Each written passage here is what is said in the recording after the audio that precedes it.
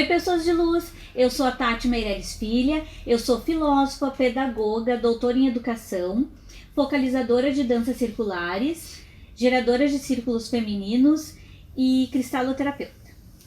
Eu sou a Tatiana Parente, sou bióloga, pedagoga, mestre em educação, sou geradora de círculos femininos, astróloga e aromaterapeuta. Quem está chegando agora, não se esquece de se inscrever no nosso canal, aperta o sininho para receber as notificações de quando tem programas novos por aí. Também pode nos seguir lá no Instagram, a gente tem o perfil Tati Girandar. E o programa de hoje, então, é intitulado Sagrado Feminismos. E a gente vai falar um pouquinho disso. A gente acabou de sair agora de uma série de programas que a gente falou sobre a questão do corpo, né? De como a gente é atravessado aí, perpassado pelos padrões culturais, temos o nosso corpo colonizado. Então ali a gente já introduziu um pouquinho de como a gente chegaria nesse programa sobre o feminismo, sobre o sagrado feminino. Esse é um programa que a gente estava super ansiosa para fazer, né? Porque a gente estuda há um tempão. O feminismo é uma área de interesse que a gente é muito apaixonada, assim. E que a gente, enfim, lê muito e conversa muito e sempre tem muito mais coisas para ler. E no fim nos deu muito trabalho, né? A gente pensou que seria super tranquilo, mas não, porque a gente vai falar de uma maneira muito superficial de, nossa, tem pessoas, né, estudiosos que se dedicam a vida toda a estudar um tipo de feminismo. Então a primeira coisa que a gente quer falar, a gente não fala de nenhum lugar de verdade, né, de certezas e verdades absolutas. A gente traz aqui algumas questões introdutórias para que possam possibilitar que outras pessoas, né, diminuam seus preconceitos com esse conceito tão forte, né, que as pessoas falam da questão do feminismo. E junto com o feminismo a gente resolveu juntar com a questão do sagrado feminino, que é uma questão bastante polêmica. Então a gente sabe dos riscos, né, e aonde a gente está se metendo. Mas que também é um tema que nos gera uma necessidade de falar sobre ele, né? Justamente porque a gente transita entre esses dois mundos, assim, né? Então é importante para nós falarmos sobre isso. Para quem não viu o nosso primeiro programa, que a gente traz um pouquinho de como que nasceu, né, a Tati Girandar, que se chama, a gente já tinha Girandar Desenvolvimento Humano, com a questão da aromaterapia, dos círculos de mulheres e da dança circular. E o Tati Girandar, o canal, ele surgiu por uma necessidade nossa. Então lá no nosso primeiro vídeo, que é o Janelas, dá uma olhadinha que a gente traz pautas principalmente nossas e de quem dialoga com a gente a partir dos programas e também das redes sociais e também de amigas ou de sentimentos e vivências coletivas que a gente se inclui, né? E isso é uma coisa que incomodava bastante a gente no sentido de incômodo, de desconforto. Até a gente estava falando, quando a gente se apresenta como dentro do campo acadêmico, é uma área muito mais confortável pra gente, porque a gente faz isso desde a adolescência, e enfim. E a questão holística de terapias integrativas, a gente vem nessa caminhada há mais ou menos uns 5 anos. Acho que mais. Talvez um pouco mais, né? Uns 5, 7 anos, enfim. Que a gente vem estudando muito devagarinho, adentrando essa temática, buscando primeiro uma cura, uma compreensão de si, autoconhecimento. E depois disso, então, trazendo para outras pessoas também.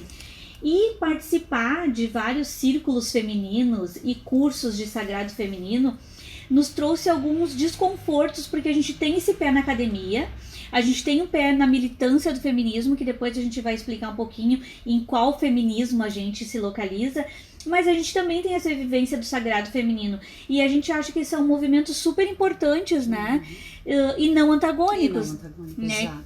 Que até se complementam do nosso ponto de vista, né? E a gente vai ver que existem militantes que não concordam, que acham que não é assim, que não se deve misturar essas duas coisas, né?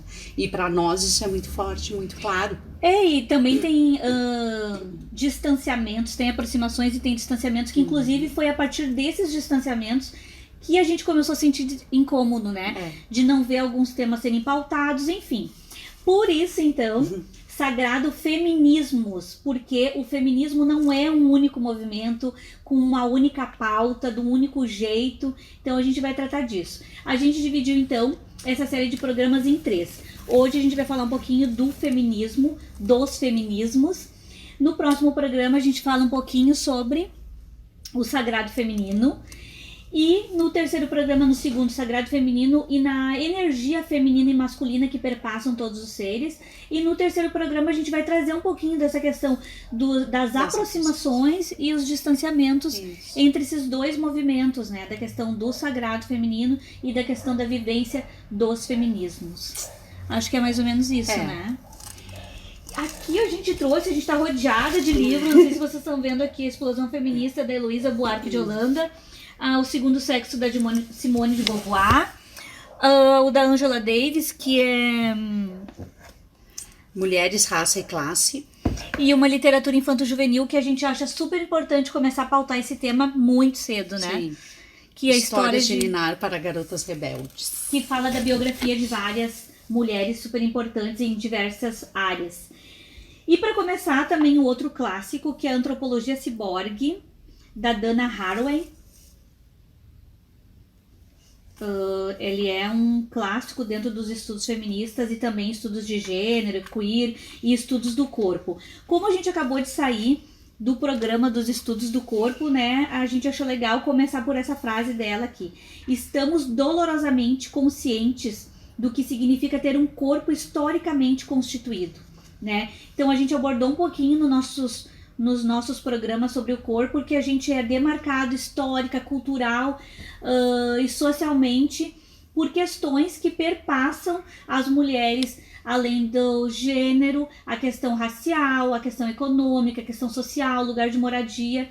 Então é uma frase que daria pra gente fazer um programa. A gente, claro, né, vai tentar ler um pouquinho, trazer alguns aqui, tem um monte de livro aqui em volta que a gente quer mostrar. Mas então, começar falando do feminismo a partir da questão do corpo e dos desejos e do ser mulher.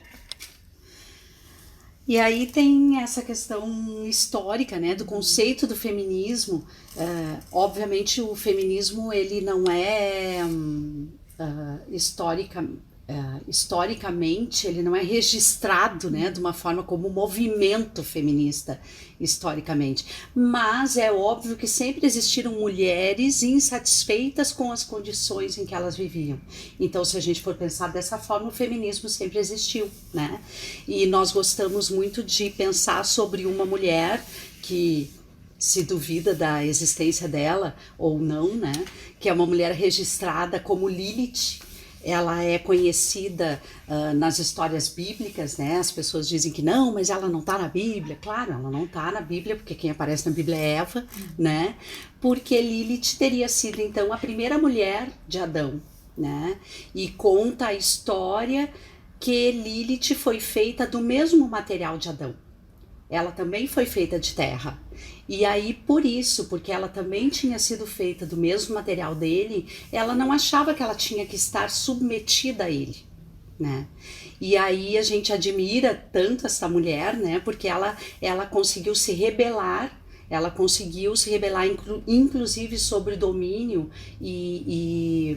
e proteção, enfim, do Deus, né, que mantinha aquelas duas pessoas no paraíso, e ela se rebelou e disse que ia embora dali, né, e foi viver no deserto, e tem toda uma história que se alguém quiser em algum momento a gente pode conversar mais profundamente sobre isso, né, mas ela então para nós simboliza, né, a primeira feminista, porque ela se rebelou, ela disse, não vou me submeter, eu não preciso estar sob o teu corpo, né?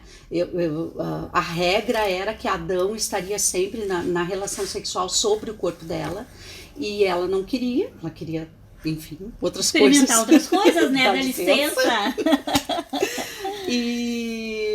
E também não queria ser a parceira dele no sentido de obedecer, de fazer as coisas que ele queria, mas de poder opinar, de poder decidir junto, de poder... De ser parceira, de né? ser parceira. né? E aí não deu certo, né? Porque ele não aceitou e Deus não aceitou aquela condição e ela teve que ir embora do paraíso e foi viver no deserto. Dizem que então ela se transformou na serpente, ela se transformou em demônios, ela se transformou, tem várias histórias sobre ela, né, do que teria resultado a Lilith, mas como inclusive ela é relacionada à morte de crianças, né, de fazedora de anjinhos, né, essas coisas que estão relacionadas ao feminismo historicamente também, né. E é muito legal pensar isso, porque se a gente for daria também só um programa sobre Lilith, Pandora, enfim, que é a gente pensar nesse lugar de invisibilidade do feminino e da mulher que questiona e requer o seu lugar como parceira e não como inferior, né? Como submissão. Então, o nosso lugar de fronteira, o nosso lugar de inferioridade, o nosso lugar de invisibilidade, né? Então, o quanto isso perpassa a existência de homens e mulheres, né? Desde se a gente for pensar, né? Desde quando? Porque isso é um mito bíblico católico, né? A gente tem outros mitos de outras culturas. Ele nem é católico, né? Esse mito ele é anterior ao catolicismo, né? Bem anterior ao catolicismo. Ele não aparece na Bíblia, no Antigo Testamento, ele não aparece porque ele é invisível mesmo, né? Ele é realmente um mito e ele representa isso, o quanto essa mulher na antiguidade, então a gente aqui está falando da antiguidade, né? Tá falando de tempos muito remotos, em que a mulher já era colocada como um ser que era inferior, né? Que estava ali para servir, que estava ali para ser um objeto, né? De desejo ou de trabalho, ou de cuidado com os filhos, de procriação, né, de procriação, mas era isso, não era um indivíduo, né? Então o conceito de feminismo é um conceito que ele vem aparecer, eu vou dar umas lidas aqui porque eu anotei algumas datas e tal, né? Mas ele aparece no século XIX com força, né? Com essa palavra, com esse significado, mas como eu falei, ele é bastante antigo, né? Do nosso ponto de vista. E aí esses movimentos, né, o movimento filosófico, político, social que vem sustentando o feminismo, ele aparece mesmo historicamente a partir do século XIX. Ele é uma luta de igualdade de direitos, né, principalmente de direitos. A gente ainda luta pela igualdade de direitos, não é nem ainda uma igualdade de condições, ainda é uma igualdade de direitos, né. Muitos já foram conquistados, mas a gente sabe que ainda tem muitos para conquistar, né? Por isso que a luta ainda não terminou. No século XIX, até o século XIX, a mulher não precisava ler, não precisava escrever, não precisava sair de casa, bastava que ela... Tem até uma frase que eu anotei, que eu achei muito interessante, que é: bastava, para as mulheres, basta uma almofada e o bastidor.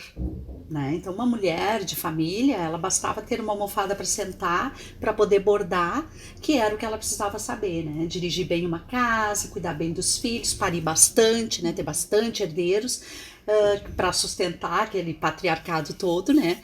E era para isso, né? Que a sociedade achava que ela servia, né? O papel social da mulher. Isso. Os homens, por outro lado, eram educados para a rua, né, para ter profissão, para ir atrás dos provimentos. Eles eram, então, aqueles que mantinham aqueles lares, né, que sustentavam aquelas famílias, como até hoje, né, ainda acontece em muitos lugares, né. E aí, na Revolução Francesa, até depois a gente vai falar das contribuições, né, das pessoas, mas a Menaide, que é nossa amiga, né, e tem contribuído com várias coisas, ela trouxe uma ideia que ela leu, né, num livro. Ela trouxe o nome do livro, que eu não lembro agora, mas ela falava que na Revolução Francesa foi promulgada, né, a Declaração dos Direitos do Homem e do Cidadão.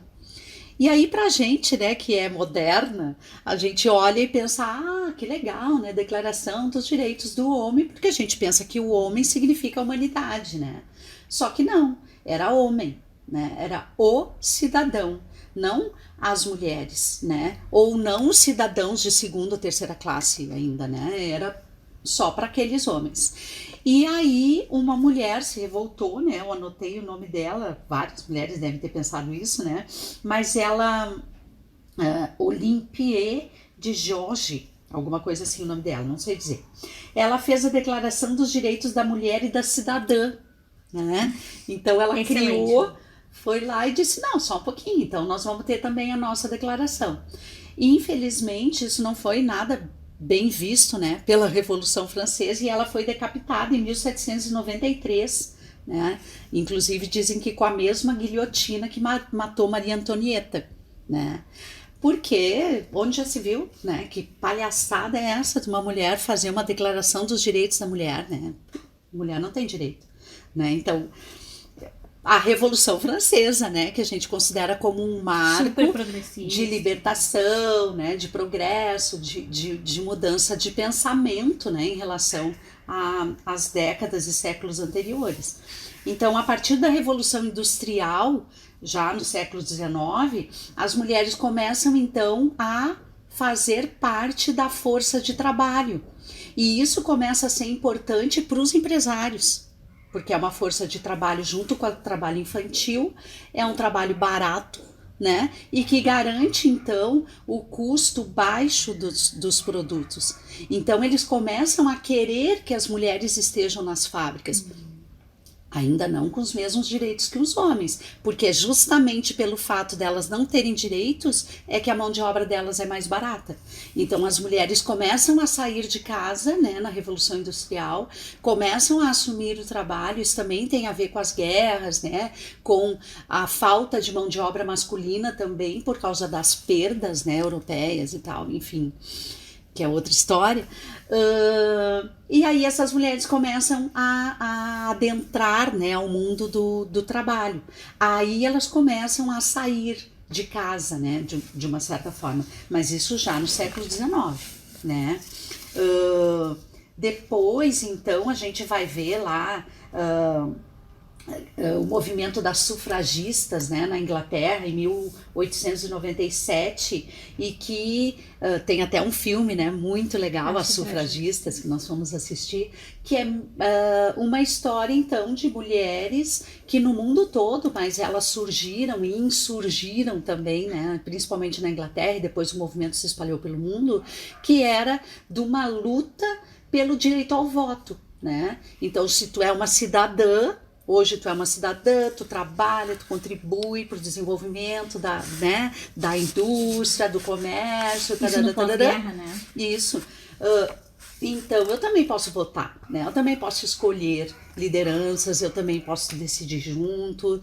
Claro que isso foi uma luta, foi uma batalha, né? Mulheres foram presas, torturadas por causa dos seus posicionamentos, né? As famílias também não aceitavam, enfim, tem toda uma história também por trás desse movimento, né? Que talvez tenha sido um dos pioneiros, né? De movimento feminista, de fato, na história, né? Isso considerando a história ocidental e tal, né? Porque depois tem o filme A Fonte, que fala de movimentos já desde muito tempo, né? De negação de sexo, de não gestar, né? De optar em não ter filhos. Enfim, são várias formas de resistência, né? E esse filme, A Fonte das Mulheres, ele é um filme, ele é um filme francês, islâmico, né? Ele trata uma produção francesa. Mas ele trata de uma região, eu nem sei, eu acho que é no Paquistão, alguma coisa assim. Então tem a ver também com religião. Mas o que elas fazem lá, né, o que elas trazem de proposta no filme como greve de sexo é historicamente já aconteceu, né, na Grécia. Isso. Né? Então as helênicas, né, fizeram uma greve de sexo também. E era uma forma, porque como que tu vai chamar a atenção dos homens, né, para uma reivindicação tua? Se tu não tem força de trabalho, se tu não tem dinheiro, se tu não tem uma posição social que seja respeitada. Tu é silenciada, né, tuas demandas não são escutadas. Né? E é uma outra coisa legal desse filme é que ele vai trazer também uma questão que é a tarefa de buscar água é das mulheres. E essa tarefa social de buscar água, ela aparece em várias culturas, e em momentos históricos diferenciados. Então já é uma forma de estar questionando os lugares sociais e os papéis de gênero, né, de homens e mulheres em diferentes períodos e em diferentes culturas. Que isso tudo vai ganhando um formato legal de contestação, de organização dentro da história do feminismo, né? Isso. Mas que, nossa, se a gente fosse pensar, e por isso que a gente começou com a Lilith, né? Essa é a história formal que a gente vai falar da história do feminismo, mas tem muitas outras formas de contar a história da desigualdade entre homens e mulheres. Então, a partir desses movimentos, né, das sufragistas, foram surgindo alianças pelo mundo todo, né, alianças de mulheres e tal. Depois, já no início do século XX, né, Simone de Beauvoir, então, veio trazer, né, todo um posicionamento diferente, né, de dizer, não, peraí, né, nós não nascemos mulheres, nós nos tornamos mulheres, né, porque... o que nos constitui como homens e mulheres, né? Por que nós somos assim, por que não de outra forma, enfim. Então, toda essa visão do feminismo, né? No início do século XX, tem essa força, então, de mulheres como a Simone e outras, né? Que contribuíram para a gente começar a se ver de uma outra forma também, né? A se olhar como pessoas, como indivíduos, né? Não como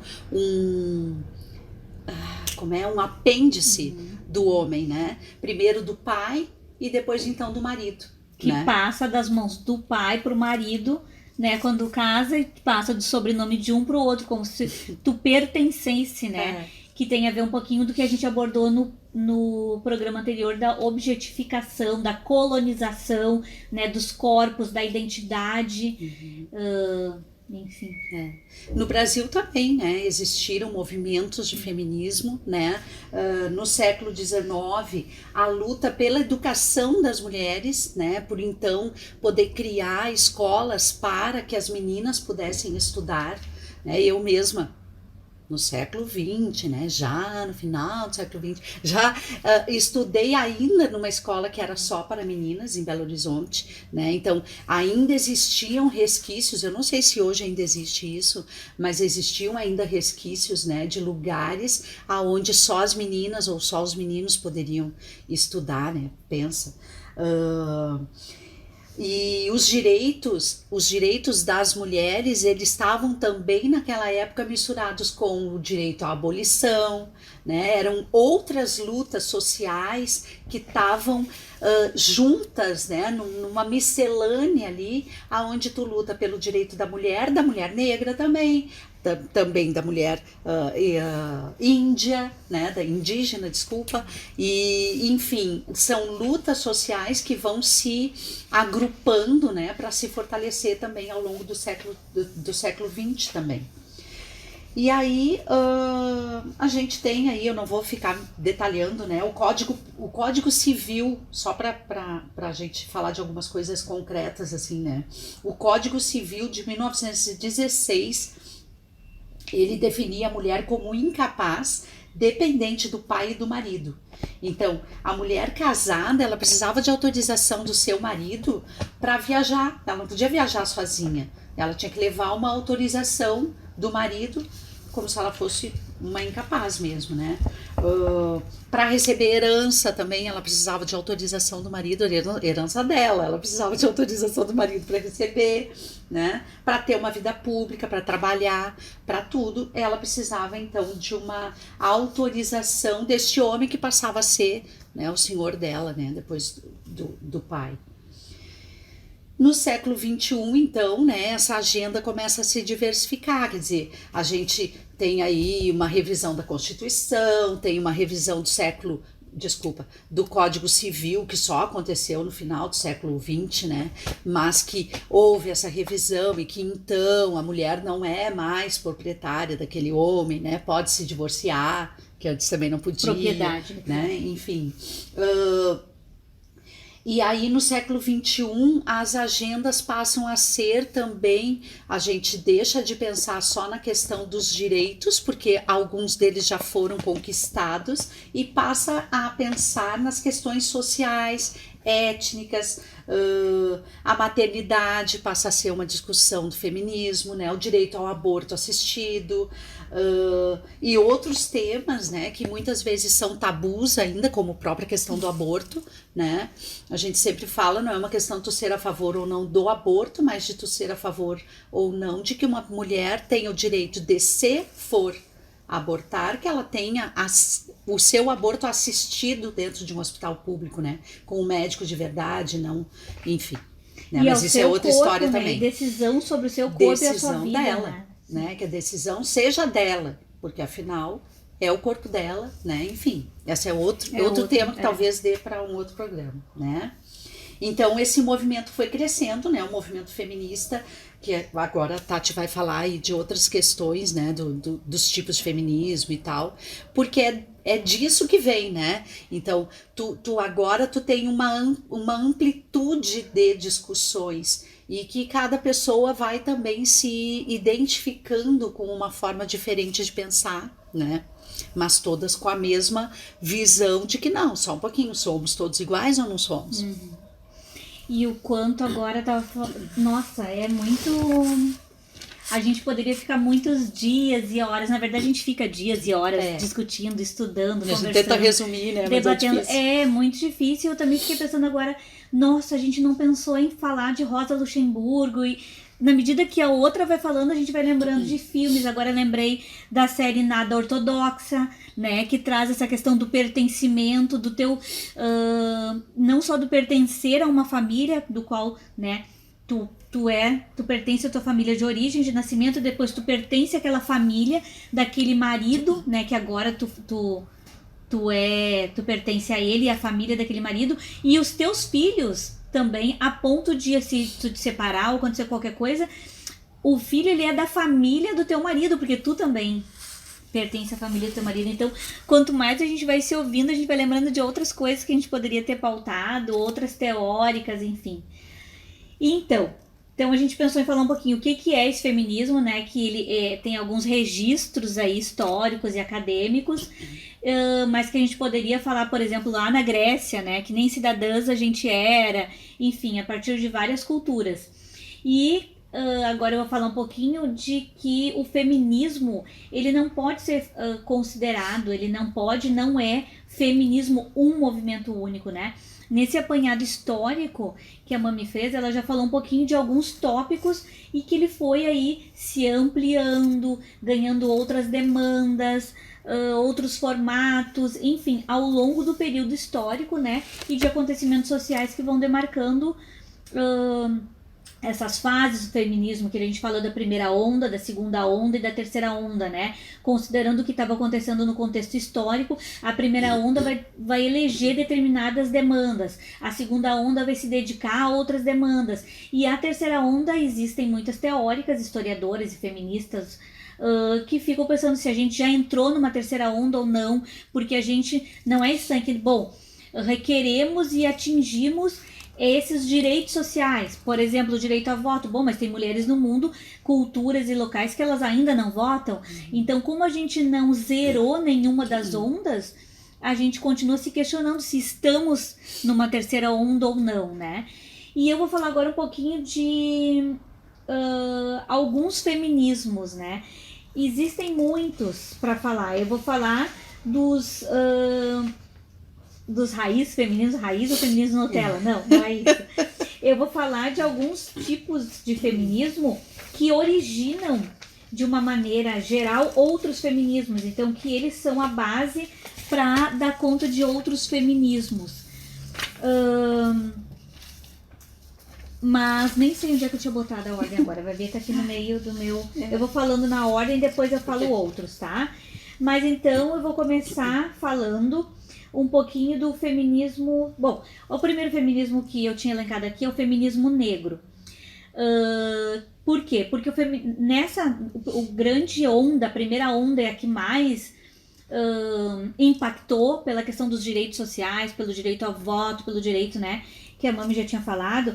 E a partir dela, eu gosto muito de usar isso porque eu estava vendo uma pesquisadora falar que, bom, a mulher é a rainha do lar, né? Que depois a Mami vai falar um pouquinho de produtos comerciais, manuais e tal. Bom, a mulher negra, ela nunca foi considerada, nunca requereu ser rainha do lar, ela sempre esteve dentro dos lares, desde a colônia, desde de outros processos, né, como na Grécia, que a gente não era considerada cidadã, sempre esteve lá, mas não invisibilizada. Então a demanda da mulher negra, ela tem demandas específicas que o feminismo negro vai trazer várias coisas, tanto com o silenciamento e a invisibilidade das demandas da mulher negra, quanto questões específicas que envolvem a sua etnia, quanto questões específicas de saúde. Então são questões históricas, culturais, e que vão determinar que existam diferentes tipos de feminismo, que vão se dedicar a diferentes demandas daquele grupo de mulheres, né?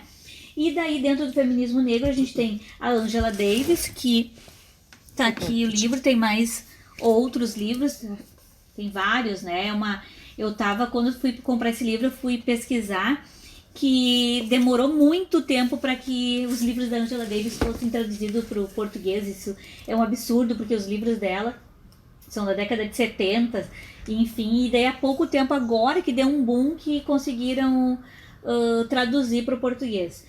E aqui no Brasil a gente tem a Conceição Evaristo, a Sueli Carneiro, a Lélia Gonçalves, enfim, tem várias teóricas mundiais e também nacionais se dedicando. Mais recentemente a Djamila Ribeiro, a gente não separou o livro da Djamila Ribeiro, tá lá embaixo, para mostrar que ela não só deu visibilidade, mas trouxe a pauta e significou vários conceitos do feminismo, como o lugar de fala, que hoje em dia ele é tão falado e é tão utilizado, né, pela popularização e apropriação e emprego que a Djamila Ribeiro fez.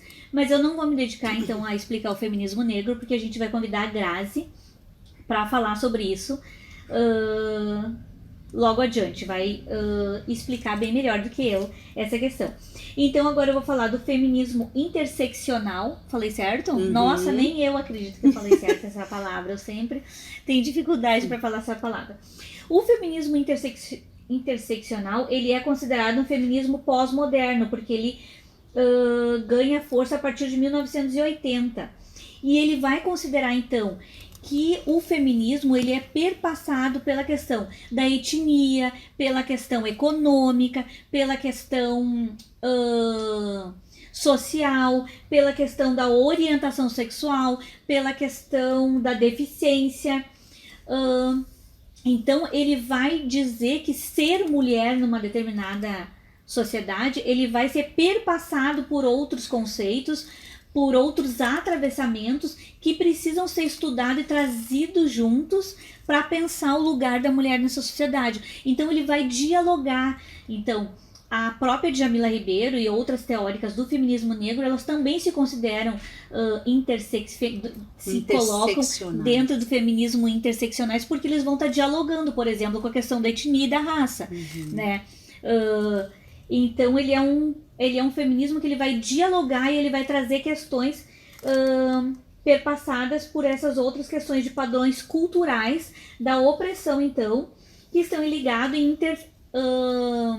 e sofrem interferências das questões culturais, econômicas e sociais de um determinado território. Então, o feminismo intersectorial, ele vai dizer, bom, para eu pensar a mulher gaúcha, eu tenho que pensar toda a questão da colonização desse território e como, né, os limites fronteiriços que a gente vai pensar. Bom, o Rio Grande do Sul, por exemplo, faz fronteira com a Argentina, faz fronteira ali com outros países, e a gente comunga e compartilha de imigrantes e culturas que fazem parte da nossa, que vai ser diferente da gente pensar das demandas da mulher nordestina, que vão ter outras demandas que fazem fronteira com outras culturas, outros países, e também tem relação com a outra colonização. Então o feminismo interseccional, falei certo de novo? Ele vai dialogar e vai trazer essas questões, vai pluralizar e vai dialogar com outras demandas. O feminismo liberal, ele vê o machismo como fruto das leis desiguais, e por isso ele vai procurar superar essa desigualdade, essa inferiorização, trazendo para a questão de buscar reduzir essas diferenças e essa opressão pela questão social e jurídica. Então, ele é um feminismo que ele vai dizer assim, olha, a gente vai conseguir superar isso lentamente, colocando mulheres no Congresso, colocando mulheres à frente de grandes empresas, colocando mulheres fazendo leis. E assim como a sociedade vai se movimentando, vai evoluindo, vai se transformando, essas mulheres estando ali, aos poucos elas vão conseguir diminuindo essas desigualdades sociais. E no feminismo liberal a gente vai ter, por exemplo, a Beyoncé, a Emma Watson, aquele movimento que também ficou mais, se popularizou mais agora com as redes sociais, que é o He for She, a Patrícia Arquette, que vai trazer a questão da igualdade, ela, no discurso dela, ela trouxe a questão da igualdade salarial no Oscar, né? Então, é mais dentro de uma esfera e no regime jurídico, no regime econômico. Isso aí. Então, ele vai dizer, as lideranças, elas vão se manifestar, elas vão lutar, elas vão garantir que ocorra. Elas vão galgar espaços para as outras mulheres a partir desses campos bem específicos, tá? A questão legal, a questão de como tu é visto os lugares, abrir espaço para essas mulheres na sociedade. Relações de trabalho. E com isso, assim, a gente quer trazer, a gente está tentando, né? A gente estudou bastante para tentar trazer bem a informação sem a nossa opinião sobre isso, né? O que é muito difícil, porque só aqui já teria, né? Eu não vou entrar, mas, por exemplo, não dá conta das demandas da mulher assalariada, da mulher negra, enfim. Mas só para perceber que os tipos de feminismo, eles vão se dedicar a demandas específicas. Então, esse é um pouquinho, resumidamente, gente, assim, ó, é muito difícil fazer num programa, né? Daria cada um dessas... A história do feminismo daria um programa, cada um desses tipos de feminismos daria um programa. Então, voltado por reformas políticas e legais. Esse é o foco do feminismo liberal. E agora eu vou passar, então, a Grazi vai se deter ao feminismo negro, eu vou passar para o feminismo radical, que na verdade grande parte, a Mami já falou ali, que ele acontece então na primeira onda, entre na década de 60 e 70.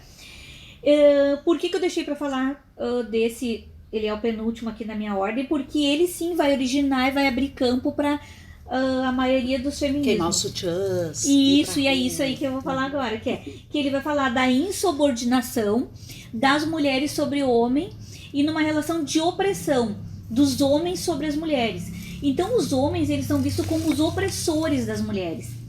E daí com isso eu já quero começar falando, por isso que eu não comecei com ele, já começar falando que daí vem muito dos preconceitos da palavra feminismo. Só que a gente tem que considerar o conceito histórico que a gente vivia. Era o primeiro movimento organizado que trazia, gente, as mulheres estão trabalhando 12 horas na fábrica. Gente, as mulheres estão morrendo. As mulheres estão sendo violentadas nas fábricas. Trazendo demandas que estavam acontecendo com grande parte das mulheres no mundo inteiro. Então, o que era visto? Categorias sociais diferentes. O homem opressor, a mulher oprimida. Então, o feminismo radical, que é esse que eu tô falando agora, ele vai fazer toda a sua lógica, vai organizar nessa grande divisão, que daí depois a gente vai falar um pouquinho dos conceitos de patriarcado, sexismo, misoginia. Eles vão ser a lógica que mantém essa hierarquização entre homens e mulheres. Então, as feministas radicais, elas são radicais de serem ferrenhas no sentido de que, bom, a gente precisa acabar com essa inferiorização e com essa lógica. E, bom, o homem tá no lugar da norma. As mulheres estão no lugar do outro, do que é sempre comparado com quem está no lugar da norma. Ele é a norma, a gente é o que é comparado para ver se a gente consegue se aproximar deles. Então, os homens são os opressores e nós somos as oprimidas. Então a gente precisa eliminar essa ordem aqui, e não é com isso que a gente vai dizer, não, vamos viver numa sociedade que não tenha homem, não gosto de homem, não é isso. Mas em muitos momentos no feminismo radical, elas se colocam num lugar de energia, que a gente vai retomar lá no terceiro programa, de energia masculina de se impor. Bom, a gente tá morrendo, né? Machismo mata, então a gente precisa ocupar um lugar talvez tão agressivo ou tão masculino quanto os homens para poder lutar e garantir a nossa sobrevivência. Então, por isso, radical. né? Além de ser raiz do movimento feminista, elas vêm com essa radicalidade. Então, ó, questiona os papéis sociais de gêneros, lutando para desnaturalizar os papéis sociais. E daí a gente tem a Simone de Beauvoir, a gente tem várias feministas ícones que elas vão questionar, né? Ali no Segundo Sexo, que é o livro, então, da Simone de Beauvoir, que é considerado, para alguns, a Bíblia feminista, uma das... Mas, olha, de novo, por isso que é importante falar dos tipos de feministas. A Simone de Beauvoir é criticada por vários segmentos dentro do feminismo. Então a gente não pode falar, eu não sou feminista, eu não gosto do feminismo, porque é muito plural, né? Então as próprias feministas radicais, elas vão ter vários questionamentos e oposições em relação à obra da Simone mesmo, que trazia toda essa questão da objetificação social das mulheres, de desnaturalizar o que é ser mulher. Então a Simone começou a pensar, tá, mas por que eu tenho que ter filhos? Por que tem que casar? Todo num contexto parisiense, né, que tu era preparada para casar e daí ter um lugar social. E é muito legal da obra da Simone, porque um dos preceitos dela é que ela queria ser exemplo vivo da sua obra. Então ela paga o preço realmente de vivência, de não casar, de ser uma mulher, né, que estava lá, que trabalhava, que fazia, de viver de livros e ainda ter um relacionamento aberto, ter vários relacionamentos. Então é muito legal ver a biografia dela também, além das obras, de ver o quanto realmente ela entra em crise em vários momentos, o que não é fácil. Então agora eu vou ser fiel às minhas convicções. Não é assim, né? A gente faz opções no nosso cotidiano e já paga um preço por isso. Imagina a Simone naquele período daquela sociedade, né? Então a Simone começando a pensar essa questão da insubordinação, da questão da opressão e desnaturalizar o papel social das mulheres através então do patriarcado e da questão. Então, enquanto o homem é a norma, nós somos as outras, os outros. Outra questão que eu quero destacar aqui do feminismo radical é que o feminismo radical, eles não consideram que homens sejam bem-vindos na luta feminista, diferente do feminismo interseccional. Elas consideram que, como o homem está no lugar da norma e nós somos as outras no lugar de opressão, só nós podemos falar desse lugar e a gente que vai legitimar e questionar, porque eles vão ser ouvidos de uma maneira diferente da gente. Então elas não aceitam homens, e até tem um movimento que se chama, deixa eu ver aqui de onde que eu anotei, e nem mulheres transexuais. E agora, a partir de 2010, que começou de novo essa retomada do feminismo e as redes sociais, principalmente feministas jovens, elas vão pautar todas as suas lutas e reivindicações a partir de todo um discurso de essencialização do que vem a ser mulher. Porque mulher, para as feministas radicais, é uma mulher, ela tem vagina, ela tem útero, ela tem ovário. Então as pautas do feminismo radical, elas são do lugar da mulher na sociedade, a partir de uma mulher biologicamente que é aceita. E a partir desse corpo feminino biológico mulher, ela vai questionar as construções culturais que se fazem a partir disso.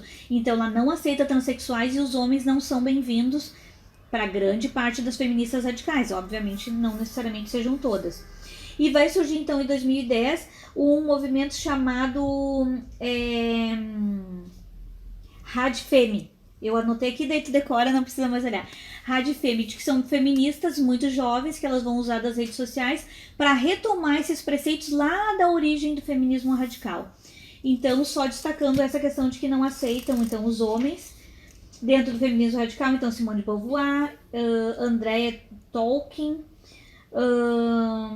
e também vem as questões do corpo biológico, da questão do aborto. As feministas radicais vão trazer à pauta também a questão da pornografia, da questão da prostituição, vão tirar do lugar de natural como da mulher e vão questionar toda a questão do que tem por trás da indústria pornográfica, o que tem por trás, ou o que vem junto com a questão da prostituição. Então vão desnaturalizar e questionar, sabe, essas coisas que são relativas a um corpo feminino de uma mulher a partir dessas questões essenciais. Então elas vão buscar um igualitarismo radical. Depois, então, vou falar um pouquinho agora do feminismo cultural. Em relação à história do feminismo, esse livro aqui também é muito legal. É um livro que ele é escrito a partir de histórias em quadrinhos. E ele vai trazer a origem do mundo, uma história cultural ilustrada da vagina, da vulva versus o patriarcado. É muito legal, depois a Pri vai falar um pouquinho do patriarcado, mas já colocando ali, senão depois a gente esquece, a gente separou vários livros aqui para compartilhar com vocês. O feminismo cultural, então, ele vai surgir em meados de 1975, a partir do feminismo radical, então. E ele vai pautar a existência de uma natureza feminina. Então, dentro do feminismo radical, que vai trazer essa questão da essencialização da mulher, do corpo da mulher, o feminismo cultural, ele vai se deter a esse ponto do feminismo radical. Ele vai construir todo um movimento que vai trazer, então, a feminilidade, ele vai construir esse conceito de feminilidade. Nós temos vagina, útero e tal, e a gente tem a predisposição, naturalizando e essencializando que vem a ser mulher, a ser mais diplomática, a ser mais acolhedora, a ter mais condições de cuidar das crianças, de cuidar do lar, porque a gente tem toda essa condição feminina de quem cuida da prole, da cria. Então o feminismo cultural, ele vai trazer um pouquinho dessas questões, e a gente vai retomar o feminismo cultural, então não vou me deter e explicar mais aqui, quando a gente falar então das aproximações e distanciamentos com o sagrado feminismo. Porque dentro do feminismo cultural a gente vai ver então que existem algumas aproximações aí sobre isso. Então eles pregam a despolitização do feminismo radical, que tem ícones e historiadores feministas como Alice Broyle e Williams, que introduziu o termo feminismo cultural. Então, só destacando de novo, a gente falou sucintamente, mas a gente ainda tem feminismo anarquista, feminismo marxista, feminismo socialista, ecofeminismo. A gente vai trazer então, de novo, para conversar um pouquinho e falar um pouquinho mais sobre a questão do feminismo cultural e do ecofeminismo, quando a gente falar então um pouquinho sobre a aproximação e os distanciamentos com o sagrado feminino. Só para a gente ter uma noção de que existem muitas formas, né, de organizar o movimento feminista, de se identificar ou de se distanciar por não acreditar nesses preceitos. E agora, para falar com vocês, a gente vai chamar a nossa amiga Graziela Oliveira Neto para se apresentar e falar um pouquinho para vocês sobre o feminismo negro. Então, já que a Grazi vai começar a falar agora, quem não se inscreveu ainda, aproveita e aperta ali no sininho. E se inscreve. A gente já falou que daria também pra gente fazer toda uma relação com o sininho, feminismo e tal, mas a gente não vai falar disso agora. Não. Grazi, é contigo. Olá, tudo bem? Sou a Graziela Oliveira, sou professora moradora do município de Esteio. Atualmente estou como presidenta do Sindicato dos Trabalhadores do município de Esteio, membro do Coletivo de Mulheres Negras de Esteio e do Coletivo de Professoras Pretas da região metropolitana e Vale dos Sinos. E vim aqui rapidamente conversar com você sobre o feminismo negro, né?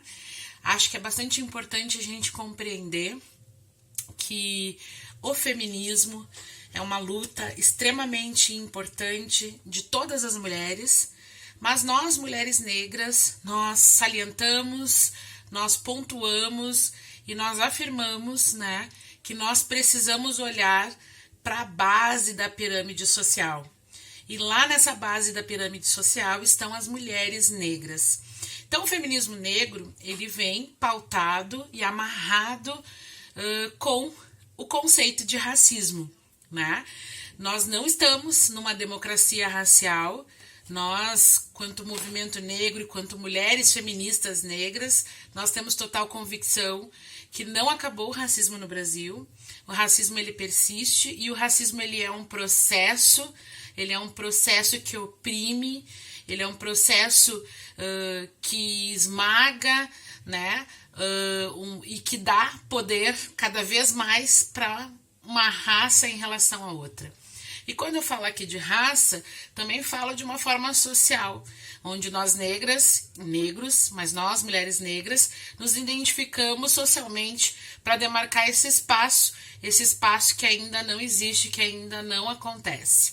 O feminismo negro, ele vem numa luta constante de reafirmar da necessidade de podermos pensar em políticas públicas, podermos pensar em lutas onde a desigualdade seja combatida, onde a gente possa efetivamente buscar uma equidade social.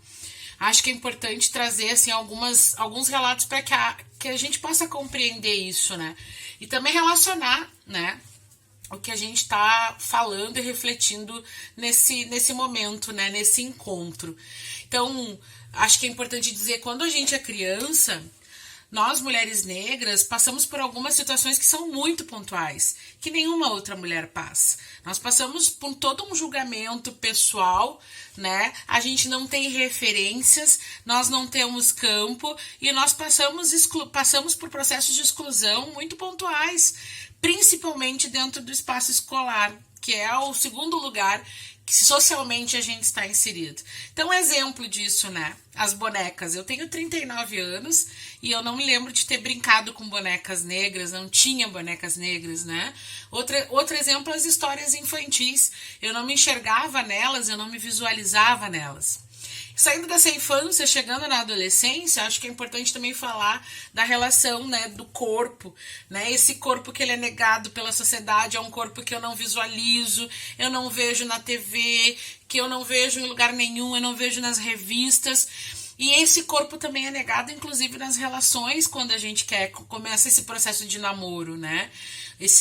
Muitas vezes os meninos, inclusive, não me assumiam, não queriam ficar comigo na frente das outras pessoas, e às vezes, quando se brincava, olha aí, tá pegando a Grazi, né?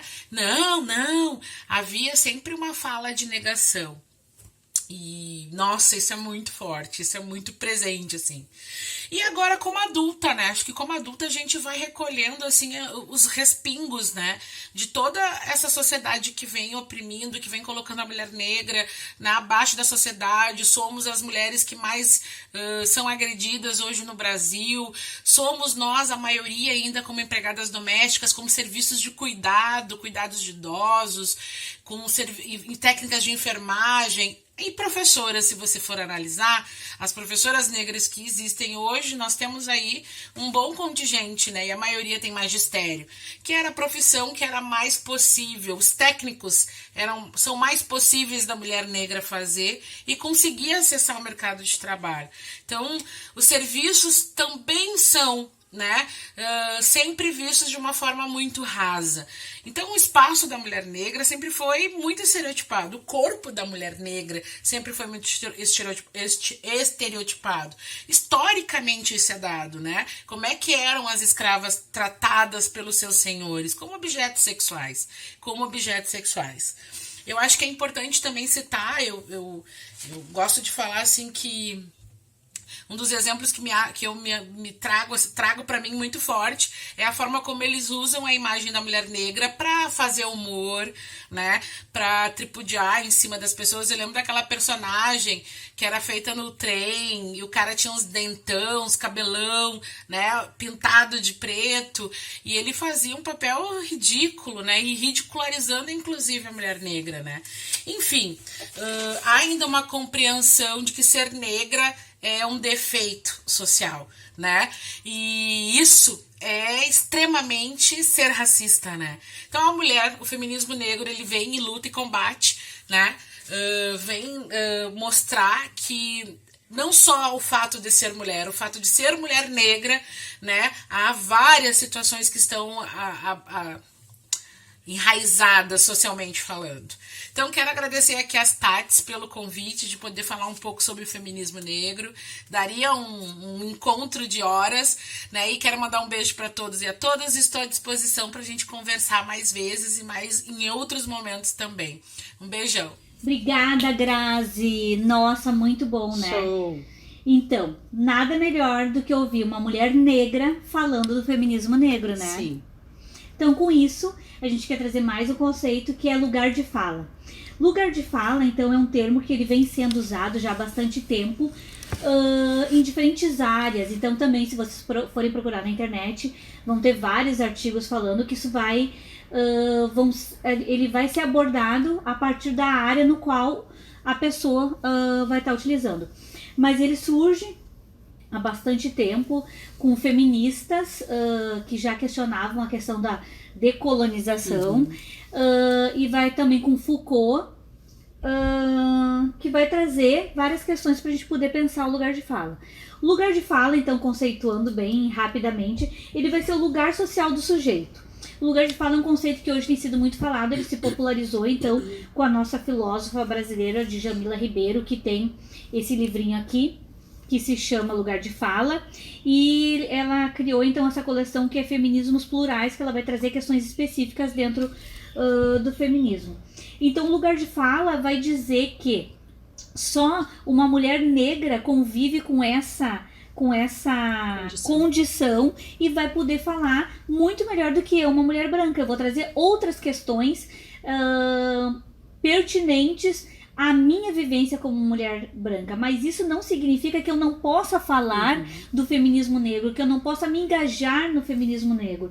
Também tem vários memes aí que vão falar da questão, mas eu não posso falar de racismo, então eles que falem, né? E daí vem vários ditos populares que vão corroborar. Aí eles são brancos que se entendam, né? Não, gente, não é omissão. Lugar de fala é um lugar social. O que eu preciso entender com isso é que é um lugar em que eu vou ter protagonismo da fala ou eu vou ser coadjuvante. Se eu vou falar, da desigualdade de salários, das desigualdades de gênero, de várias questões, entre eles que agora eu vou falar do silenciamento, porque todos têm fala, então a gente não dá fala, não dá voz para ninguém. Todos têm voz, a questão é como se é ouvido ou se não é ouvido. Então, se eu fosse falar das minhas demandas, eu tô no lugar de protagonista. Agora, quando for falar de mulher negra, ou dependendo do contexto que a gente tiver, a Grazi tem que falar por ela, e não eu falar por ela, ou não tirar o protagonismo que ela tem direito. Então, é assim que a gente se engaja nos movimentos. Eu não sou protagonista em relação ao racismo, mas eu vou me engajar e vou poder falar a partir do meu lugar de fala social, dizer de que eu também sou contra o racismo, de que eu tenho um lugar privilegiado nessa cultura racista. E o que eu faço com o meu lugar privilegiado? Eu vou dizer, né, eu vou ser uma militante de não, eu vou ser uma antirracista. Então é isso, resumidamente, um pouquinho da questão do lugar de fala. Eu tenho aqui uma frase, eu tinha separado aqui uma frase da Djamila que eu queria trazer para vocês, que é assim, ó: eu não sei o que é estar no lugar do outro, mas eu posso refletir criticamente sobre aquilo. Eu posso ler escutar o que essas pessoas estão falando para entender essa realidade. A gente pode pensar sobre tudo, desde que a gente entenda que é marcado por um lugar social, por uma raça, por um gênero, e ninguém é neutro e universal. Então isso é extremamente importante para a gente poder entender esse conceito que é o lugar de fala. Ninguém é neutro e universal. A gente tem lugar, e o que eu faço com o meu lugar de fala? Quando que eu dou protagonismo para o outro que precisa falar? Por exemplo, os homens precisam falar das masculinidades, né? E eu posso me engajar e posso dizer, eu posso contribuir, mas o lugar de protagonismo para falar das masculinidades tem que ser dos homens. E nisso eu só vou destacar que um exemplo da gente pensar a questão do lugar de fala é o mansplaining, né? Não sei se eu disse certo, de que é toda aquela questão do silenciamento da mulher, né? Quando o cara diz, quando tu... Primeiro, assim, por exemplo, falar de futebol. Se tem muitos homens falando de futebol, tem toda uma questão que a gente poderia falar aqui também, que não vai dar tempo pra falar, que é o lugar da mulher no esporte, o lugar da mulher no futebol. Não, tu não pode falar disso porque tu não pode, tu não sabe, né? Ou, deixa eu te explicar. Automobilismo. É um assunto masculino e tu não pode te meter. Ou economia, deixa eu te explicar porque tu não vai entender, eu vou explicar. Então, tu interrompe, tu menospreza, tu silencia a voz do outro. Mulheres na política. Isso. Os homens falam sobre as mulheres na política. Isso, né? Ou que também tem a ver com o que a gente estava falando antes, os homens, em sua maioria, eles vão lá e votam se são a favor ou contra o aborto. Né? Não houve uma mulher, não trazem mulheres de diferentes setores da sociedade para pensar. Isso é lugar de fala. Bom, a gente está falando de aborto, o lugar de protagonista é de uma mulher, vamos escutar o que ela tem para trazer, o que ela vai trazer, né? Porque só ela está vivendo. Eu posso escutar, dialogar, que é o que a Djamila traz. Então, muito resumidamente, isso seria lugar de fala. E que tem a ver com lugar de opressão, né? Que muitas vezes a gente ocupa o lugar do outro. Ou as vozes e a presença, elas estão ali, só que elas são silenciadas e invisibilizadas. e que isso tem a ver com o machismo institucionalizado, né? O machismo cultural, social que a gente vive desde sempre, né? Na verdade, o machismo, a gente, enquanto conversava sobre o programa, né, sobre o que nós traríamos e tal, eu fiquei pensando, falar sobre o machismo. Não tem que falar sobre o machismo, porque na verdade o machismo ele só existe a partir do momento em que existe feminismo, né? Porque o feminismo questiona as posturas machistas. Então a postura machista, ela está na sociedade, ela é a norma da sociedade. E o feminismo vem para questionar, né, o machismo da sociedade. Então, na verdade, o machismo, ele está aí e a gente não precisa procurar muito para perceber, né? Até eu anotei, assim, algumas coisas, né? E o feminismo não é o contrário ao machismo, né? Não é um questionamento, né? Na verdade, é um movimento, e são vários movimentos, a gente está vendo, mas são movimentos que questionam o que está institucionalizado. Né? E como que a gente percebe este institucionalizado? Nas pequenas coisas. Estruturalizado, né? Ou normalizado, isso, ou naturalizado, normatizado. Né? Então, por quê? Porque nós vivemos numa sociedade patriarcal. Né? Nós vivemos numa sociedade em que o pai é o manda-chuva, né? É o chefe da família, é quem está coordenando toda aquela organização familiar, e a mulher então passa para o seu casamento a ter o mesmo tipo de vivência. Então tu vive numa cultura patriarcal, né? Em que os homens, quem é a norma? É o homem branco, né, de preferência com grana, né? Esse cara é o cara que determina as coisas, é ele que faz as leis, é ele que faz cumprir também as leis, enfim, né? É um lugar privilegiado, esse né? É que manda, da né? norma. E aí o resto, que somos nós todos, temos que ir nos adaptando ou não, né? Daí a gente começa a gritar e forma, né, alguma coisa para lutar contra tudo isso. Um exemplo, né? Por exemplo, uma mulher que trabalha hoje, século XXI, né? Mulheres trabalham e elas não têm conta bancária própria. Elas têm uma conta bancária conjunta com o marido, por exemplo, né? Dividem conta bancária, tem que assinar o cheque junto com o marido, porque ele é que controla a conta dela, mas ela trabalha, aquele dinheiro que está lá é fruto do trabalho dela. Mas ela precisa ter esse controle, né? Ela tem que passar pelo controle do marido, né? Isso é machismo. Né? Isso é a vivência do machismo no cotidiano. Depois a gente vai falar mais um pouquinho sobre exemplos e tal, né? Não vou ficar falando muito agora.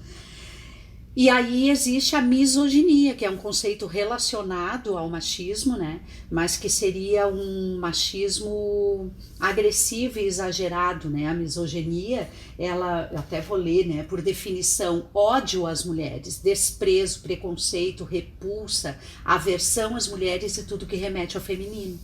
Então, a forma de se posicionar demonstrando quanto tu acha que aquele outro indivíduo é inferior a ti. Né, o quanto tu acha que aquele indivíduo não merece ter o mesmo tipo de vida que tu tem, porque ele é inferior, porque ele vale menos, porque ele sabe menos, porque ele conhece menos, né? Ele é menos, não é? Então a misoginia é um agravamento do machismo, e a gente vê na nossa sociedade muitas manifestações de misoginia, né? Muitas, e até algumas disfarçadas de piadas, né? De brincadeiras preconceituosas, machistas em relação às mulheres, ao corpo das mulheres, né? A forma como os homens, alguns homens, né? Se relacionam com o corpo feminino, né? Como se ele fosse proprietário, dono daquele objeto que é aquele corpo, né? Então essa relação do machismo com a agressividade ao corpo feminino e à mulher como um todo, né? A gente chama, né, então, de misoginia. Ela é vista também como uma aversão que pode se tornar até doentia, né? Muitas vezes psicologicamente se fala em bases até do desenvolvimento infantil, né, que teriam gerado esse tipo de reação nesses homens que trazem esse tipo de relação para depois os seus relacionamentos posteriores, né? Uma dificuldade deles com a própria sexualidade, né? E com a sexualidade feminina, então eles não conseguem olhar para aquele indivíduo, né, como um ser, porque aquilo os agride de alguma forma, né? Então são questões bem importantes para se pensar, né? E junto com a misoginia a gente vai ter a duplinha dela, que depois vai ser reforçado pelo patriarcado, que é o sexismo, né? Isso. Então, que são as relações, a partir desse ódio, dessa repulsa, desse preconceito, são as relações, o conjunto de atitudes discriminatórias que vão objetificar os sujeitos e vão posicionar eles de uma maneira distinta, hierarquizando, né? Os homens como superiores e as mulheres, os saberes, as falas, as manifestações, os corpos, né? Tudo hierarquizado. Isso é o sexismo. Meninas usam rosa e meninos usam azul, né? E não O tempo todo enquadrando, tem que ser né? separado, né?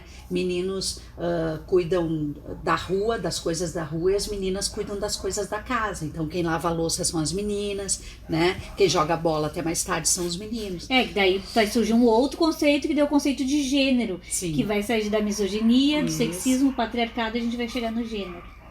Então, para conversar conosco um pouquinho mais também, né, sobre o patriarcado e essas relações, a gente convidou uma outra amiga nossa, a Priscila, né, que vai se apresentar também para vocês e que vai trazer aí algumas contribuições, né, para dividir conosco, tá bom?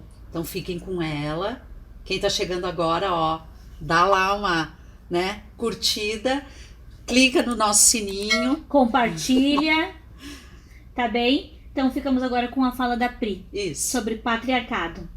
Olá, eu me chamo Priscila Malé, eu sou graduanda em Pedagogia pela URGS, sou graduada, mestre e doutoranda em História pela Unicinos. E a convite das Tatis, gratidão, eu vim conversar com vocês sobre o patriarcado, a partir de uma perspectiva histórica, feminista e decolonial. Ou seja, é entender as raízes desse problema. Quando a gente fala sobre patriarcado, sobre dominação masculina, a gente entende que é uma estrutura que rege a nossa sociedade. Só que nós não acabamos entendendo como isso fica evidente no nosso dia a dia.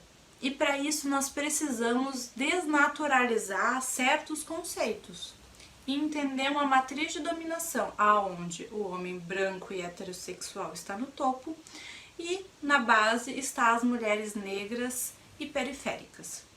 Ou seja, nessa matriz há as mulheres brancas, há os homens negros e há os grupos LGBTQI+. Ou seja, é pensar na diversidade. Quando a gente pensa em perspectiva decolonial, nós pensamos sempre em diversos pontos de vistas, tendo em mente que a história sempre foi contada por apenas uma visão, a visão que está no topo dessa matriz, do homem branco e heterossexual. Então, mulheres, homens negros, mulheres negras, outros grupos de LGBTQI+, por exemplo, vieram para recontar e pegar os seus lugares de fala para falar uma história diferente, uma história a partir dos seus pontos de vistas, que não a partir desse ponto de dominação exclusiva. E é isso mais ou menos que as perspectivas feministas decoloniais querem recontar, a partir de dois territórios.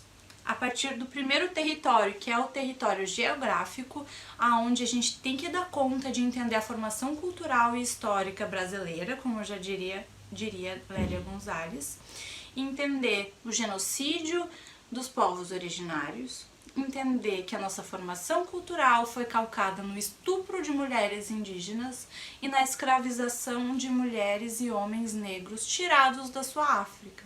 Tanto os povos originários como os negros e as negras acabavam não sendo considerados como humanos, mas sim como outros. E a partir disso, dominações foram se perpetuando na nossa formação cultural e é mais ou menos o que a gente tem hoje como cultura. Entendendo isso, a gente passa a perceber o segundo território, que é o corpo, aonde esse processo de dominação se torna mais sentido, não é mesmo? Porque é a partir dele, na nossa carne, que nós sentimos. É a partir do feminicídio que mulheres morrem por serem mulheres, por estarem dentro dessa cultura que privilegia os comportamentos e passa a mão, né, num ditado popular, para os homens brancos, onde eles não são punidos pelas mortes das mulheres, eles não são punidos pelos seus atos, porque nós não somos nós não estamos, melhor dizendo, no topo dessa matriz. Quem dirá se a gente for pensar nas mulheres negras e indígenas, né? Então é no nosso corpo onde a dominação entra de forma física, mas também de forma psicológica e subjetiva a partir de diversas matrizes. Pensando nas formas como nós nos relacionamos, também nas relações afetivas, sexuais, mas em outras relações, como as relações de amizade, relações familiares, aonde há sempre uma normativa, há sempre algo natural, que não existe natural, sim questões que são historicamente construídas e que diferem em tempos históricos e em localizações geográficas. Sempre pensando a partir disso. E a partir desses pontos, então, aonde os nossos corpos sentem a dominação masculina, que provém do colonialismo, dessa invasão colonial no nosso território, mas também ela vai se construindo a partir do capitalismo, aonde essas normativas vendem produtos para mulheres se sentirem sempre jovens, para mulheres se sentirem sempre belas, é isso que eles querem passar. Eles acabam exterminando uma cultura do envelhecimento, uma cultura, e acabam gerando uma cultura da pedofilia também, né? É interessante a gente pensar que todos os nossos processos na formação de ser mulheres perpassam estruturas de dominação masculina. Então, a gente, numa perspectiva feminista e decolonial, o que nós precisamos fazer é decolonizar cada passo da nossa vida, cada conceito dito como natural. Reinterpretar ele a partir de novas visões, de novas culturas, culturas que foram esquecidas, que foram menosprezadas pela nossa história e pela nossa formação cultural.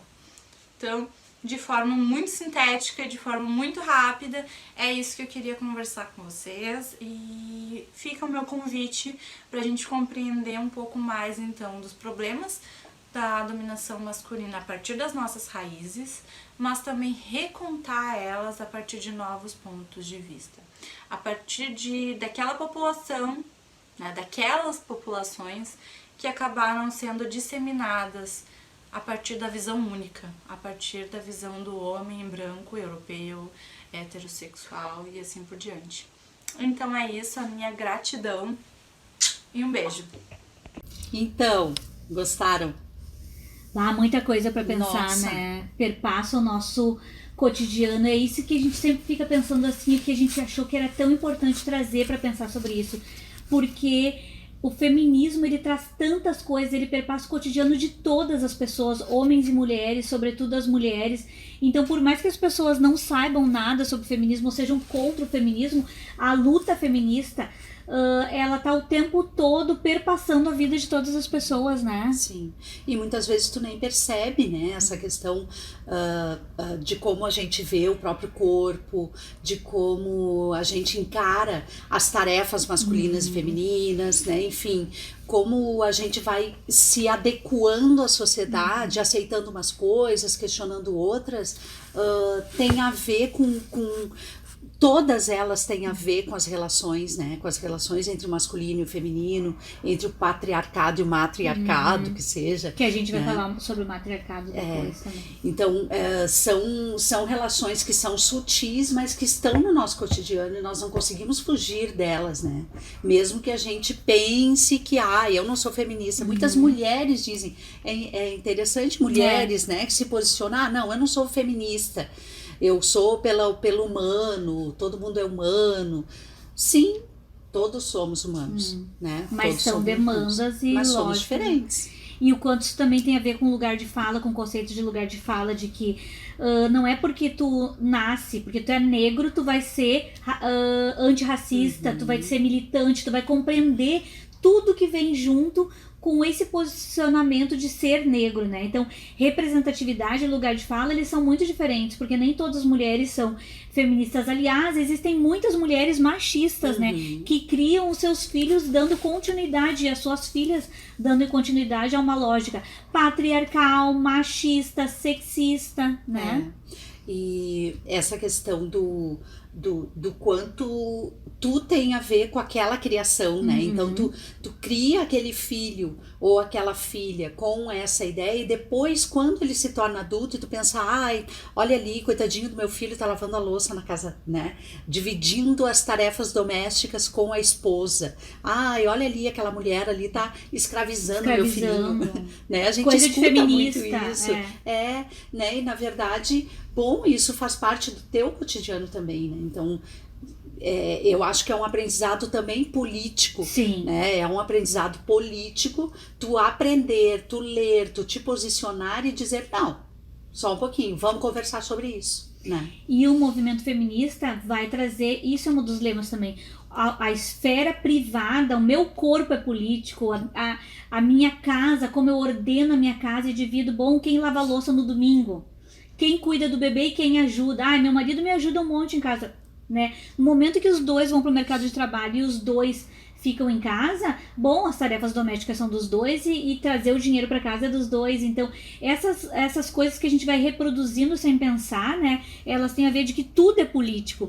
Político no sentido da esfera social, do compartilhamento de regras, de normas. Então, para fechar, só mostrando de novo, dando destaque a essas obras, o lugar de fala da Djamila Ribeiro, ou a antropologia do ciborgue eu tenho que olhar para falar direito, Donna Haraway, e esse aqui que também que é muito legal, quem quer começar a estudar um pouquinho o feminismo, da Carla Cristina Garcia, Uma Breve História do Feminismo. Gente, então a gente começou a gravar o programa de hoje e a gente não deu conta dele em um programa. Então o programa de hoje que fala sobre feminismo, ele vai ser dividido em parte 1 e parte 2. Agora então a gente está encerrando a parte 1 e tem continuidade lá na parte 2. Como a parte 1 também vai ter convidadas e pessoas muito legais para estar conversando conosco. Então acompanha, se inscreve, compartilha, curte, compartilha e te esperamos lá no próximo, tá bom? Beijo, segue lá que o próximo já tá aí na sequência. Tchau.